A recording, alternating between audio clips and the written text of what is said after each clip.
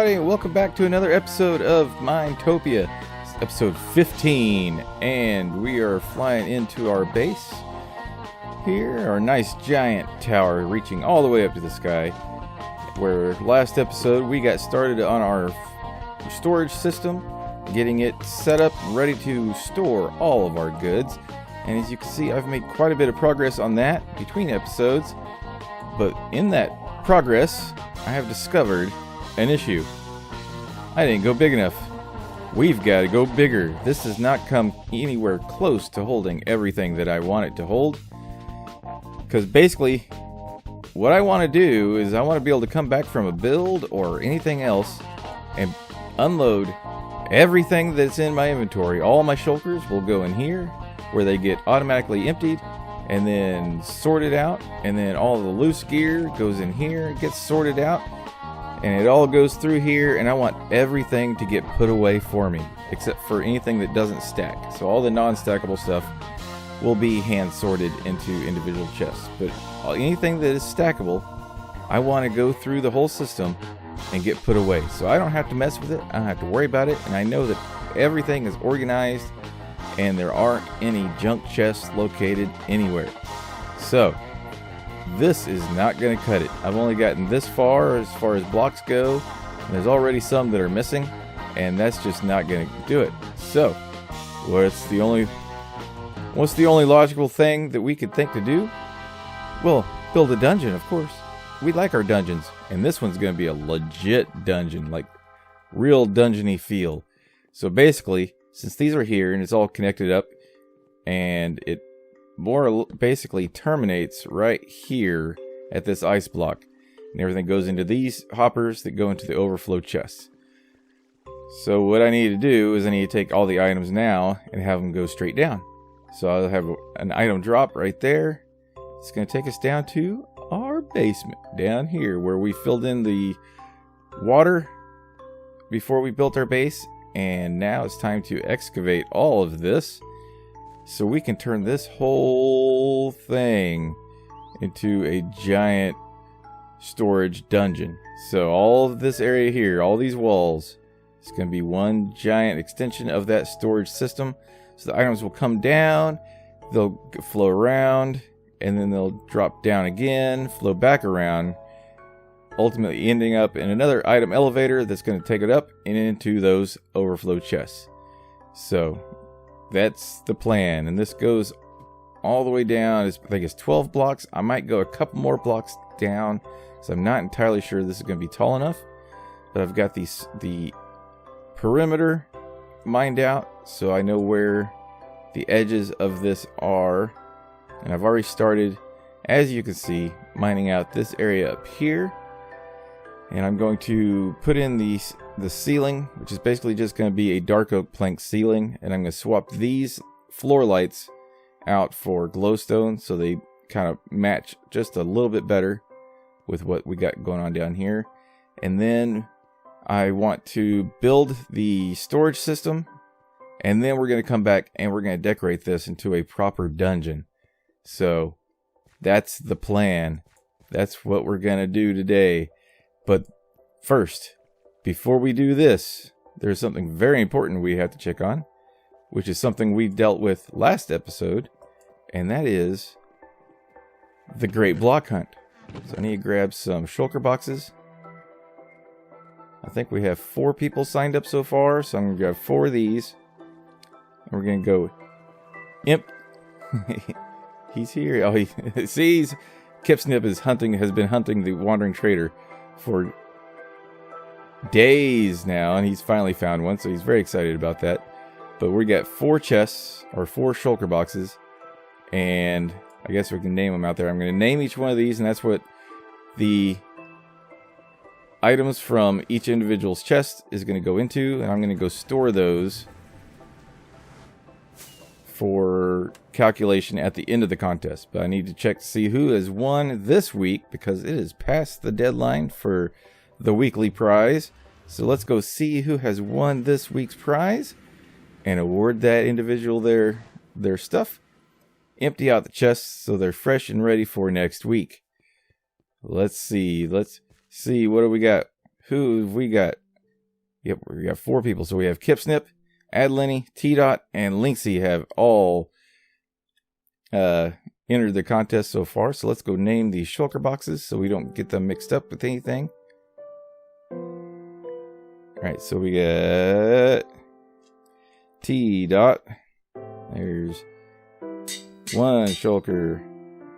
Then we got Kip Snip. 2 shulker. Adlenny. 3. And the last one for Linksy. I think I have spelled that right. Probably not, but it's close enough. I know whose it is. Alright. So what have we got? What is the result for this week? Ooh, Kip's looking pretty good. That doesn't look too bad. I might need an extra shulker for him, to be honest. How's that? Ooh. Empty. T-Dot.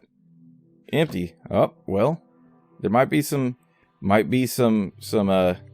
strategy going on here. Maybe they're holding out for a better weekly prize, or maybe they're just saving them all up for the end. Ooh. And Link is coming in. So I think I'm going to empty these out, and then we will calculate this and see what the final verdict is.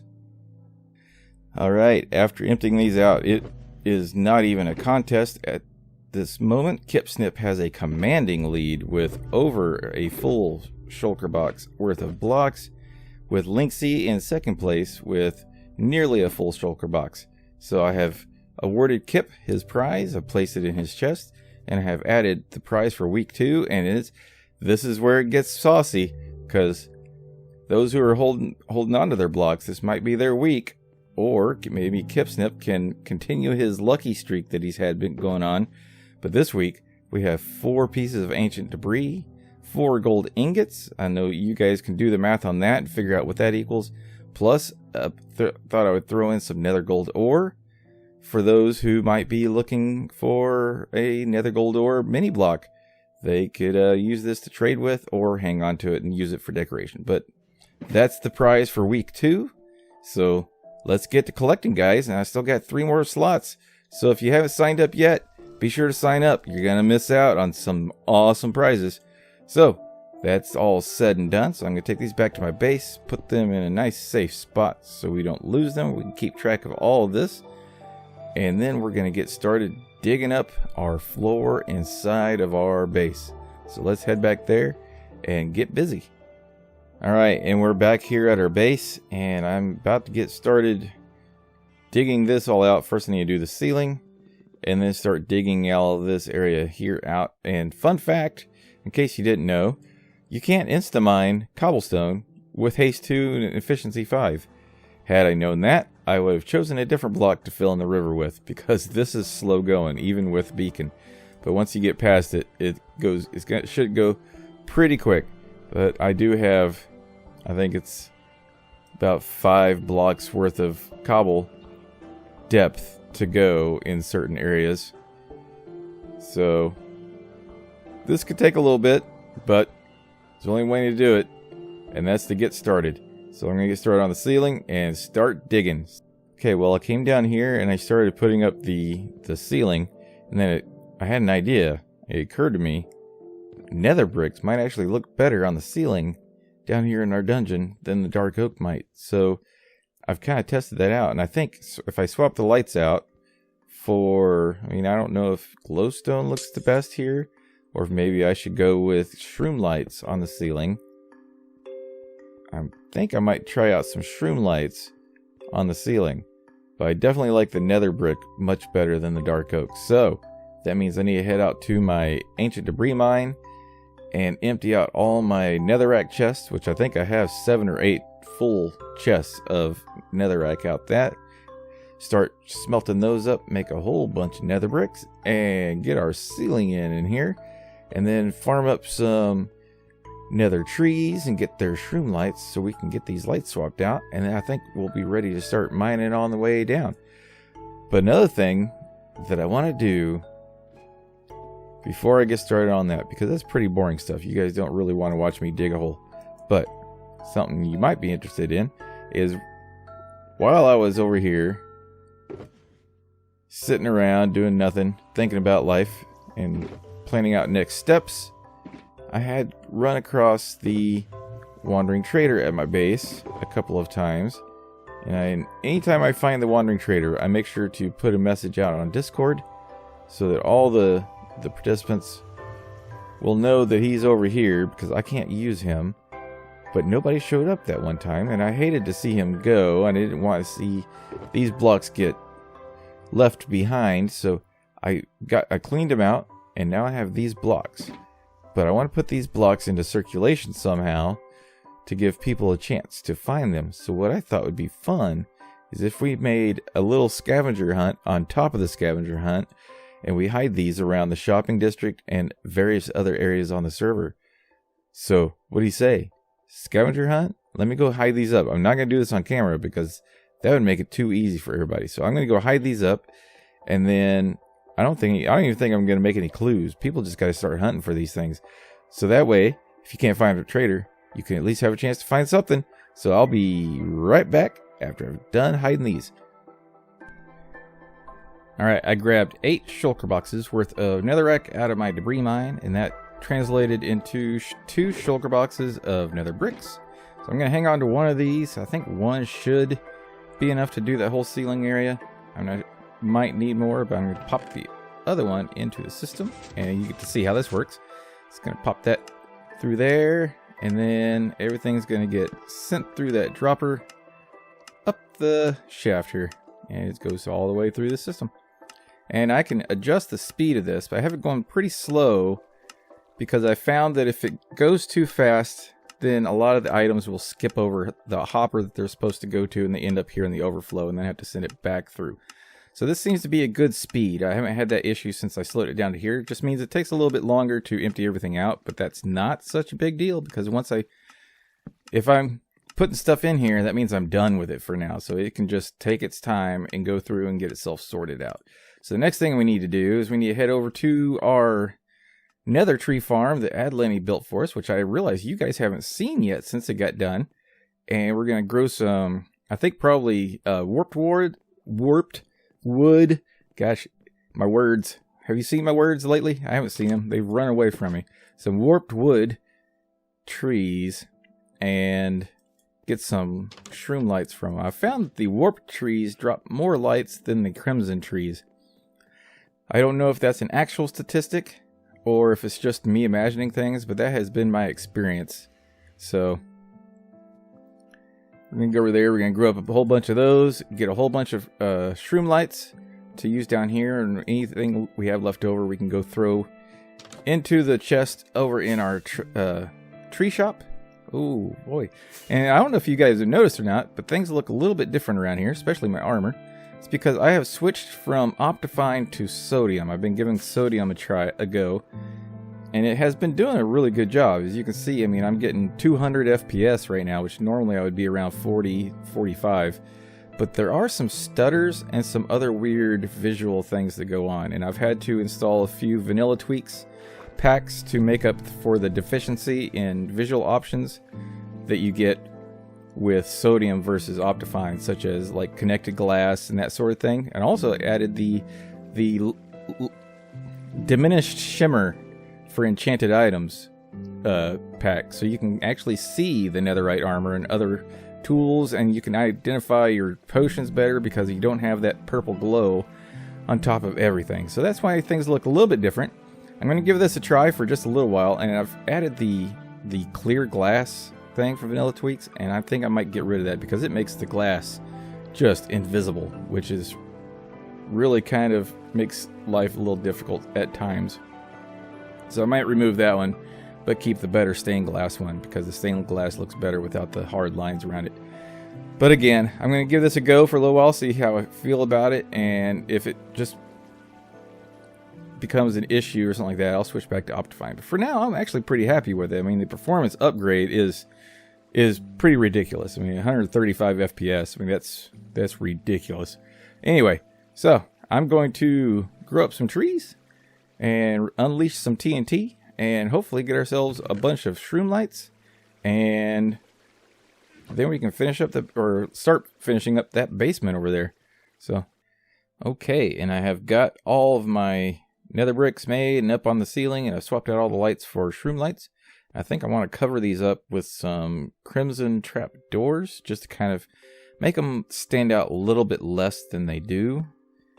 Give them just a little bit of a kind of a decorative feel. And speaking of decorative feel, that's where we're at right now.